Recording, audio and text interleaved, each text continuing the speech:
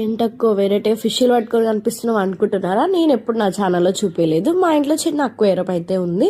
ఇంకా అదంతా మెయింటెనెన్స్ మా తమ్ముడైతే చూసుకుంటాడు.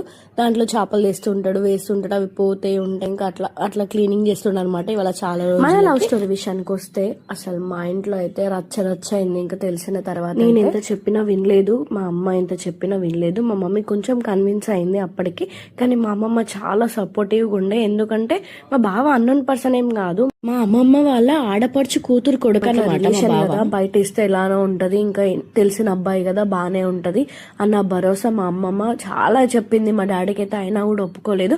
ఎందుకంటే వన్ ఆఫ్ ద రీజన్ మా బావకి అప్పుడు సరిగ్గా జాబ్ లేకుండే, నార్మల్ జాబ్ చేస్తుంటే ఎవరైనా పేరెంట్స్ సెక్యూరిటీ చూస్తారు. మా డాడీకి చాలా మంది నెగిటివ్ కూడా చెప్పారు, మా బావ గురించి అయినా వాళ్ళ ఫ్యామిలీ గురించి. ఏ నమ్మకం తోటి ఏ కాన్ఫిడెన్స్ తో చెప్పాను, కానీ మా బావ గురించి చాలా విషయాలు చెప్పాను. మా డాడీకి ఎంతో కాన్ఫిడెన్స్ అయితే కలిగించాను.